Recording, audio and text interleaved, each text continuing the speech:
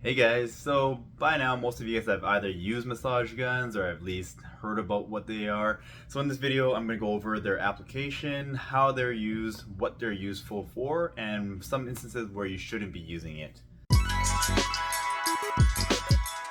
So if this is the first time you guys are here, welcome to my channel. My name is Cameron. I'm a physical therapist or physiotherapist here in Vancouver, British Columbia. I've been practicing for about 6.5 years now, so I deal a lot with athletes who get injured, and quite often the question comes up is, are massage guns helpful? And that's why I really wanted to make this video, to help you guys decide if massage guns are helpful for you guys.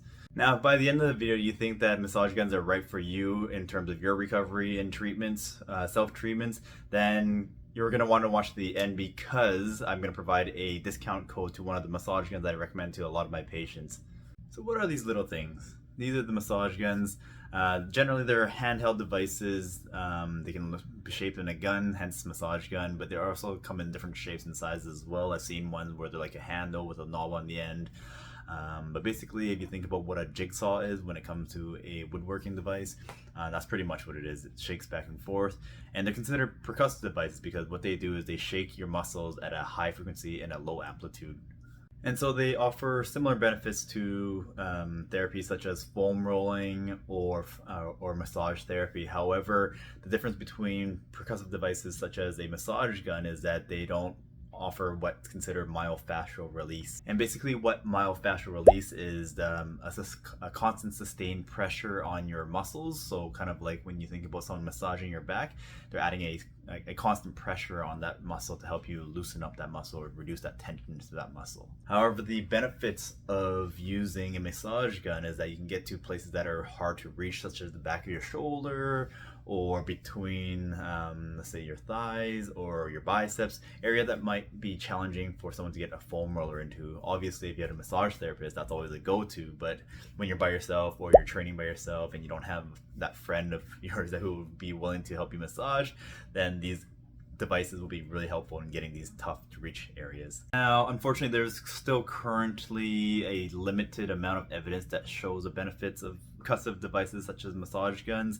However, that's not to say that you shouldn't be using that right now. How do massage guns work? Well, it's not actually 100% known how they actually provide their benefits at the moment. However, there is a few theories, and one of them being that they stimulate these structures that inhibit muscle tension. So these things are called your Golgi tendon organs.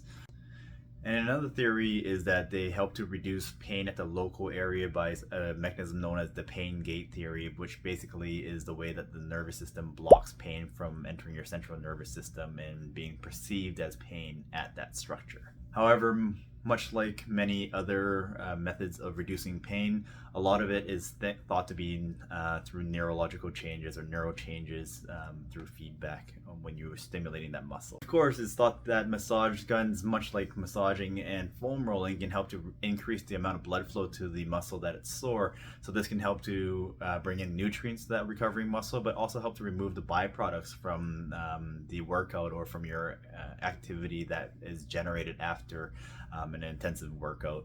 Alright, so that begs the question, when should you be using a massage gun? Well, one time you should be using it, or one instance you should be using it, is to warm up or prime your muscles for a workout or for an activity, as it helps to increase the blood flow to that local muscle. For example, if I were to go into a squat or I wanted to warm up for a squat, what I can do is use the massage gun and hammer away at my glutes, hammer away at the quads, my calves, just to warm up those muscles and get them ready for my squat activity. And of course, if you're using it before your workout, why not just use it after your workout? Again, it helps to increase the blood flow to those muscles that have just been used. Of course, you guys have heard of post-workout soreness. By increasing the muscle or by increasing the blood flow to the muscle, you can help to remove the waste products that are generated from your workout, and this can help to reduce that post-workout soreness. Of course, you can always use these massage guns when you're not going to work out or when you're not going to do an activity. If you're stagnant and you're sitting at a desk all day, your muscles would tend to get tight, so you can use these massage guns on these tight muscles to help relax them as well, improve that range of motion, and improve your ability to stretch these muscles afterwards. Now the benefit of these massage guns is that they come with different attachments. So you've seen ones with the pinpoint ones, you've seen ones with the ball, you've seen ones with the 2 prongs. So usually what I would recommend is, depending on the area that is sore, change the attachment point up. But generally speaking, I would use these on the larger muscles such as your glutes, your quads, your biceps, your traps, your lats. Again, you can get into the smaller areas as well, but they might get a bit more sensitive when you do that. Now, how long should you be massage gunning your muscles for? Generally, I would recommend doing it for about 30 seconds to a minute at a time and reassess how you're feeling. Obviously, you don't want it to be causing you too much soreness, or you don't want to be overdoing it, because that's not good either. So start with a small dosage and see how it feels after that. Give your muscles a bit of a break and then add more time afterwards so that you know what your tolerance is. Now I know what a lot of you guys are thinking. Will this affect my lifts? Will this compromise my lifts? Will this make me weaker? So there have been studies that show that you can actually improve your range of motion, improve the mobility of your muscles and joints without compromising strength and your maximum voluntary contractions, which means that basically you can help to improve your range of motion and flexibility without compromising your performance. So you lifters out there, don't worry about that. So now that we know what we should be, or what we can use massage gun for, what shouldn't we be using a massage gun on? Well, the most obvious would be a fresh injury. So for example, if you just had a recent sprain or a strain, I would not recommend using a massage gun on that area. The reason for that is because you'll be likely aggravating and irritating that muscle or tissue, and it would make the recovery process a lot longer, and you'll probably flare things up and it'll make it feel a lot more uncomfortable. So how I kind of use an analogy with my patients is that, imagine you had a cut on your skin and you're just constantly rubbing the crap out of it. And is that tissue going to heal? Is your skin going to heal? I mean, eventually maybe, but it would take a lot more time and it would be a lot more uncomfortable over that course of healing. That advice is actually true for foam rolling as well, and getting deep pressure massage into a recent sprain or strain.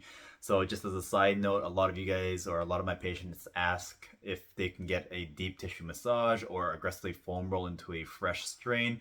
I would highly recommend not to. Now, the second thing I would avoid when it comes to using massage guns are when it causes tingling in the local area or anything down into your extremities, such as your fingers, your toes, your legs. That likely means that you're irritating a nerve, and obviously you don't want to be doing that long term, as this can potentially cause nerve irritation, nerve damage in the long run. Obviously, unless it's super aggressive, you probably won't cause long-term effects, but obviously you don't want to be risking that at all. So if you do feel tingling, if you do feel numbness that's radiating down into your fingers or into your toes, then stop massage gunning that area. Now, it probably doesn't have to be said, but I guess I have to anyways.